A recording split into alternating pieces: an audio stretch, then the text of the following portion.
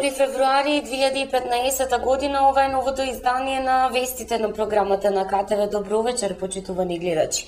Се излеа Раечка река и поплави, земјоделски површини во Дреновското поле.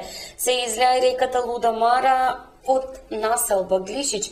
Поплавени се минимални површини на брегот на реката. Поплавен беше и кејот на реката Луда Мара во централното градско подрачје на Кавадарци, особено од десната страна на течението. За сето ова деталите ги има колешката Миријана Мукаетова. Обилните врнежи од дожд со 62 литри на метар квадратен за 48 часа предизвикаа да се поплави кејот на реката Луда Мара по централното градско подрачје во Кавадарци, особено од десната страна на течението на реката, каде клупите и шеталиштето беа под вода. Реката Луда Мара се излеа по селото Глишич, поплавувајќи минимални површини со земјоделски култури. Под закана од поплавување беше и една сточарска фарма во селото Сопот. Најголемо излевање во теквешијата имаме кај Раечка река, каде е поплавено Дреновското поле. Комуналните инспектори и надлежните лица беа постојано на терен, како и денеска во обиколка на теренот од селото Ваташа до селото Марена по течението на реката Луда Мара. Вчера има и градоначалникот на Кавадарци Александар Панов и пратеничката Весна Пемова. Сумирана информација за штетите од невремето денеска на пресконференција изнесе градоначалникот на Кавадарци Александар Панов. Почитувани сограѓани, чувствувам обврска да благовремено ви информирам за поминатиот викенд и невремето кој што го зафати Кавадарци. Во тој смисол би сакал да ви информирам за следното. Во Кавадарци времето помина како што помина со не многу големи последици. Меѓутоа, покрај оние последици на тротоарската и патната инфраструктура, имавме проблеми со паднати ѕидови и дефекти на водоводната линија на 2 места. Беа обрушени 5 подпорни ѕида, тоа е на улица 25 мај, улицата Методија Џунов Џикот, улицата Брушанска, Ѓуро Ѓаковиќ и Шишка. Исто така имаме и индивидуални штети кои што се уште ги немаме проценето. Штети кои што се однесуваат на земјоделските култури и посевите кои што ги имаат луѓето во атарот на селото Глишич, селото Марена, во атарот на некогашното село Моклиште, селото Раец и селото Дреново, заради излевање на Раечка река. Би сакал не само овие, туку и сите оние други граѓани кои што имаат штети од невремето, да ги повикам во текот на денот и во текот на наредните денови да ги пријавуваат своите штети. Исто така да информирам дека комисиите за земјоделие и комисијата за лозарство при Советот на општина Кавадарци во текот на утрешниот ден, па и сите денови кои што предстојат доколку има потреба, ќе бидат на терен за да ги евидентираат сите атари каде што има штета, а исто така и до овие луѓе кои што имаат штети на земјоделските посеви да истите ги пријават во граѓанско-информативниот центар во општина Кавадарци. Се на се, општина Кавадарци помина добро во овој најавен бран на невреме. Сакам да изразам задоволство и пофалба за сите служби кои што беа вклучени активно. И исто така сакам да посакам да не ни се случуваат вакви работи, меѓутоа апел до сите наши сограѓани. Ова невреме не научи дека не треба непрописно да одлагаме шут на места каде што не треба. Затоа ја изградивме депонијата, затоа не наплачеме за таа депонија, затоа го изградивме асфалтниот пат до депонијата. Мислам дека е крајно време да се вразумиме и да од самите себе прво да не носиме големи штети. Кавадарчани паметат уште поголеми води во коритото на реката Луда Мара, која во поплавата во 1932 година ја однесува општинската зграда. Според сознанијата на Томи Лисиченец, обилни поплави во просек на Кавадарци му се случуваат секои 18 години. По последната голема поплава во мај 1995 година поминаа неполни 20 години. Овој пат генерална оценка е дека регулираното корито на реката Луда Мара мара спаси од поплавување многу семејства и земјоделски површини, што не значи дека не треба да се продолжи да се преземаат соодветни мерки од заштита на порои и поплави. Сознанијата дека за време на изминатиот викенд во Подкожувјето имавме обилни врнежи од снег и дожд, мерките на предпазливост и понатаму се на сила, бидејќи во реките се очекува зголемен доток на вода. Според последните податоци од мерењето утрово во 6 часот, дотокот на Црна река во акумулацијата Тиквеш изнесува 379 метри кубни во секунда, а моменталната кота на Тиквешкото езеро изнесува 253,10. Водата од Лукар по обилните врнежи повторно пожолте. Од Центарот за јавно здравје информираат дека поради присуство на хлор во нормални граници, водата бактериолошки е исправна за пиење. Информација на Ангел Ганов. Обилните дождови повторно ја заматија водата за пиење од градскиот водовод Лукар и покрај жолтата боја во водата има во нормални граници присуство на хлор, информира од Центарот за јавно здравје во Кавадарци. Присуството на хлор е во нормални граници и тоа ни дава за право да кажеме дека бактериолошки водата за пиење од Лукар е исправна. Заматеноста на водата отстапува од нормативот, но матноста не делува штетно по здравјето, бидејќи се работи само за органолептичка промена на бојата на водата. Денеска беа земени нови мостри, а резултатите ќе бидат готови за 2 дена, рече доктор Трајче Ризов, специјалист по хигиена од Центарот за јавно здравје во Кавадарци. Тој сепак апелира единствено водата да се проврива пред употреба за малите деца. Резултатите од испитувањето на водата по заматувањето кој беше минатата недела покажале дека водата бактериолошки била исправна. Надојдените води го уништија пчеларникот на Илија Браов под Ваташко езеро. 35 пчелни семејства уништија надојдените води, речиси целосно настрада пчеларникот на Илија Браов, лоциран на 500 метри под Ваташкото езеро, а оддалечен 30 на метри од реката. Според неговото кажување, водата од реката го променила текот поради градежни зафати за изградба на мини централите и водата го зафатила неговиот пчеларник. Уништени се сите пчели, а има само остатоци од пчелните сандаци. Водата во реката го променила текот поради цевки кои се поставени над пчеларникот. Штетата е голема и веќе пријави во општината, рече денеска Браов. Донација од Кожувчанка за жителите на Чешиново, Облешево. 24 тони од природната изворска вода денеска компанијата Кожувчанка од Кавадарци донираше за жителите на Чешиново Облешево. Знаејќи дека во општината Чешиново Облешево реката Брегалница се излеа во атарот на Облешево, Чифлик и селото Теранци, а поплавени се и дворови и куќи во селата Чешиново и Уларци, Кожувчанка утрово реагираше. Како помош донација на оваа општина и нејзиното население, компанијата Кожувчанка од Кавадарци испрати 24 тони од нивната природна изворска вода, што се 16.000 шишиња изворска вода од 1,5 литар, информира денеска од оваа кавадаречка компанија, која е секогаш општествено одговорна. Генералниот директор Митко Јанчев и неговиот тим се надеваат дека даваат пример на сите оние компании кои можат да помогнат времено на оние на кои помошта им е неопходна. Со надеж дека овој случај брзо ќе се реши и никогаш нема да се повтори, Кожувчанка од Кавадарци за сите граѓани од оваа општина е отворена за помошта која им е потребна.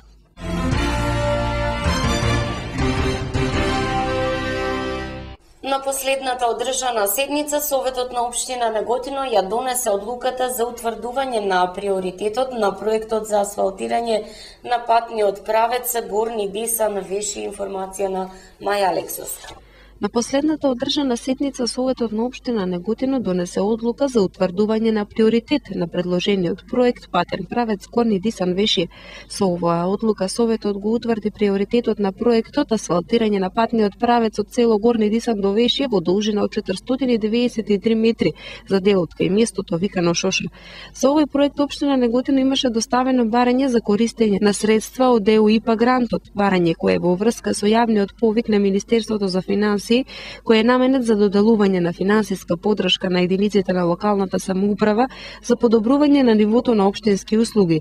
Инаку финансирањето на инфраструктурни проекти се очекува да придонесе кон подобрување на квалитетот на животот во руралните средини, намалување на разликите помеѓу урбаните и руралните средини во поглед на социоекономскиот развој, како и подобрување на конкурентноста на руралните средини. Право на користење на средствата имаат единиците на локалната самоуправа дефинирани согласно согласно Законот за територијална организација на единиците за локална самоуправа, а максималната вредност на финансиската поддршка за руралните единици изнесува 260.000 евра. 8.200.000 денари годинава општина Росоман одвојува за изградба, реконструкција, рехабилитација, одржување и заштита на локални патишта и улици. Советот на општина Росоман на последната седница ја усвои програмата за изградба, реконструкција, одржување и заштита на локалните патишта и улици. За оваа намена годинава од општинскиот буџет се одвојуваат 8.200.000 денари. Висината на средствата се главно приходи од Агенцијата за државни патишта, наменети за изградба, реконструкција, рехабилитација, одржување и заштита на општинските патишта и улици, Агенцијата за рамномерен регионален развој, надоместок за уредување на градежното земјиште, средства од комунални такси, приходи од продажба на градежно земјиште, сопственост на Република Македонија, фондовите на Европската унија и други грантови. За улиците во општина Росоман во должина од 800 метри според програмата годинава од општинскиот буџет ќе бидат искористени 1.800.000 денари. Во село Сирково ќе има порамнување, тампонирање и асфалтирање во должина од 400 метри, а се предвидуваат 800.000 денари. Буџетски пари, 200.000 денари се наменуваат за улици во село Рибарци во должина од 100 метри, на вкупно 200 метри ќе се интервенира во село Манастирец, за чии намени предвидени се 400.000 денари, а исто толку финансиски средства од буџетот се предвидуваат за село Дебриште, за земени работи, порамнување, тампонирање и асфалтирање на 150 метри и за асфалтирање на локалниот пат Манастирец Трстеник, за редовно одржување на улиците и патиштата. Оваа 2015 година општина Росоман одвојува средства во висина од 500.000 денари, а за зимско одржување предвидени се 300.000 денари. 8.200.000 денари вкупно се предвидени пари за оваа намена, што не значи дека во целост ќе бидат потрошени, беше ставот на градоначалникот Стојан Челазов на последната седница на која советниците ја усвоија оваа предлог програма. Според него во општина Росоман, вклучувајќи ги и околните населени места, има уште многу малку за асфалтирање, се останато ќе биде санација и одржување. Дел од советниците побараа за една улица во Росоман нов асфалт на место на оштетениот, но градоначалникот се изјасни, тој зафат ќе следува откако ќе добијат асфалт преостанатите 2-3 улици што досега воопшто не биле асфалтирани. Нови работни места, комунална изградба, унапредување на образовниот процес се дел од плановите за оваа година на општина Лозово, информира Зоран Јаневски. Развој на комуналната инфраструктура, отворање нови работни места, унапредување на образовниот процес. Ова се дел од плановите на општина Лозово кои ги предвидува за 2015 година. Канализациони системи ќе добијат селата Милино, Сарамзалино и Јаџиматово. Предвидено е да се реконструираат и улици во овие населени места. Градоначалникот Орце Цветковски вели дека дел од проектите ќе се реализираат од сопствениот буџет, а дел со владина помош. Општина Лозово е рурална општина, па затоа од Министерството за финансии ќе добиеме грант во вредност од 260.000 евра. Овие средства планираме да ги инвестираме во инфраструктура и тоа асфалтирање на улици во населените места и изградба на канализација во Милино, Сарамзалино и Јаџиматово. Поправка на еден дел од патот Лозово-Милино со асфалтирање. За овој проект по Светска банка добивме 59.000 евра. Изградба на училишна спортска сала во Лозово од страна на Министерството за образование. Потварање на бензинска пумпа во село Лозово. Давање на земјиштето на Ака Џумалија под закуп на инвеститори. Од општина Лозово велат дека досега се завршени повеќе проекти кои придонеле за подобрување на условите за живот. Во неколку населени места се асфалтирани улици, изградено е спортско игралиште, а се реконструираше и пречистителната станица. Општина Лозово со помош на владата на Република Македонија успеа да реализира неколку проекти кои се од суштинско значење за граѓаните на општината. Минатата година посветивме и работевме на проекти од инфраструктура, како што се асфалтирање на улици во село Лозово и Дорфулија, доизградба на канализација во Дорфулија, реконструкција на пречистителна станица за фекална канализација во Лозово, изградба на поќенамensко игралиште во Милино, поставување на парно грејење во училиштето Методи Митевски Брицо во Лозово. Од локалната самоуправа на Лозово велат дека во следниот период ќе работат на подготвување документација за програмата за рурален развој. Се предвидува изградба на водоводни и канализациони мрежи и изградба на пречистителна станица.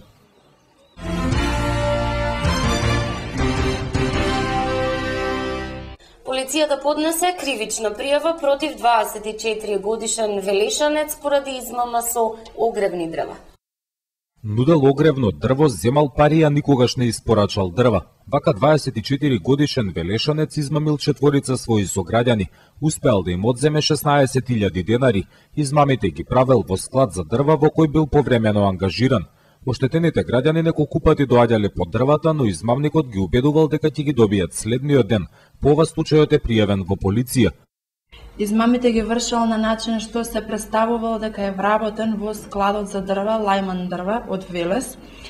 Тој успевал од оштетените да наплати одредена сума пари како капар, за кој не им издавал документ, со ветување дека останатата сума оштетените ќе го исплатат веднаш по испораката на дрвата. Така, од прво оштетениот успеал да наплати 6.000 денари за да му испорача 2 метри просторни огревни дрва. Од второто оштетено лице наплатил 7.000 денари, исто така за 2 метри просторно огревно дрво. Третото оштетено лице наплатил 2.000 денари за 1 метар просторен и од четврто оштетениот 1.000 денари за 2 метра просторни огревни дрва. Од велешката полиција велат дека се работи на расветлување на други слични кривични дела. Поради ова апелираат да се купуваат дрва само во легални складови, а купувачите да бараат потврда за уплатените пари. На територијата која ја покрива полициска станица Велес има регистрирано неколку појави кога граѓани се измамени, односно доведени се во заблуда, најчесто од непознати лица, на начинот како што и го споменавме, односно со истите е договарано за одредена сума да им бидат испорачани одредена количина дрва. Граѓаните даваат одредена сума пари во вид на капар, со договор останатиот да го доплатат по доставата на дрвата, меѓутоа сторителот откако ќе ги земе парите кои што му се дадени како капар, потоа заминува во непознат правец. 24 годишникот заработи кривична пријава, ќе одговара за измама. Голем број звезди од македонската естрада ќе ги забавуваат неготинчани за престојниот празник Свети Трифун. Со весела атмосфера, многу вино и ракија, традиционални специјалитети и настап на голем број музички звезди од македонската фолк естрада, општина Неготино ќе го одбележи празникот Свети Трифун и оваа година Неготино ќе се погрижи манифестацијата Недела на виното и централната прослава по повод верскиот празник Свети Трифун, која ќе се случува на 14 февруари на градскиот плоштад, да помине во прекрасна и весела атмосфера, а за тоа ќе се погрижат голем број фолк звезди од македонската естрада. Посетителите ќе може да уживаат во навистина богатата уметничка програма со настап на фолк звездите Адријана и Горан Алачки, Ирена Спасовска, Джесика Палашковска, Андријана Ацевска, како и неготинскиот музички бенд Антигона. Како и претходните години, така и оваа година на централното градско подрачје повторно ќе има десетици штандови на кои ќе се дели бесплатна храна и пијалоци, а со оглед на фактот дека празникот се паѓа во неработен ден, општина Неготино се очекува двојно поголема посетеност за разлика од минатата година.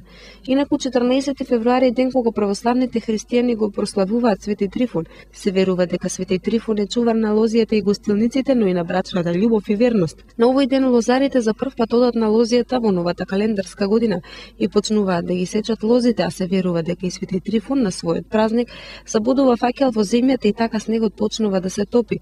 Многумина веруваат дека токму на овој ден започнува пролетта, се буди природата и љубовта меѓу луѓето. Ако на празникот Свети Трифун паѓа дожд, сливата ќе има добар род, кај народот за овој празник се поврзуваат различни обичаи и приказни. Снегот може се уште да изненади, но тоа се смета за символ на берикетот. Викендот во Општинската организација на Црвен крест Кавадарци се одржа првата од предвидените 3 работилници во рамки на проектот Црвен крест во акција промоција на хумани вредности. Викендот во просториите на Општинската организација на Црвен крст Кавадарци се одржа првата од предвидените 3 работилници на проектот Црвен крст во акција промоција на хумани вредности. На работилницата учествуваат 30 ученици од 13 до 18 години, кои предходно пројавија заинтересираност за учество. Учениците се запознаа со улогата и функционирањето на Црвениот крст, како и со целите и очекувањата од проектот на општинско ниво.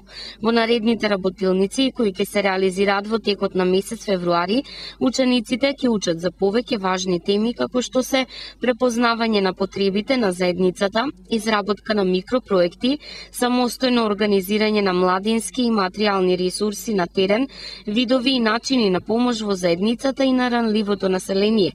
Дисеминатор на проектот е Љубица Кочова, психолог од Општинското основно училиште Тоде Хаџитефов Кавадарци, која ќе ги фасилитира обуките и подготвувањето на предлог проектите. Од Општинската организација на Црвениот крст Кавадарци се надеваат на успешни микропроекти изработени и реализирани од учениците кои ќе придонесат за вистинска промоција на хуманите вредности и подигање на нивото на свесност кај целото население за потребата од помагање и поддршка помеѓу граѓаните.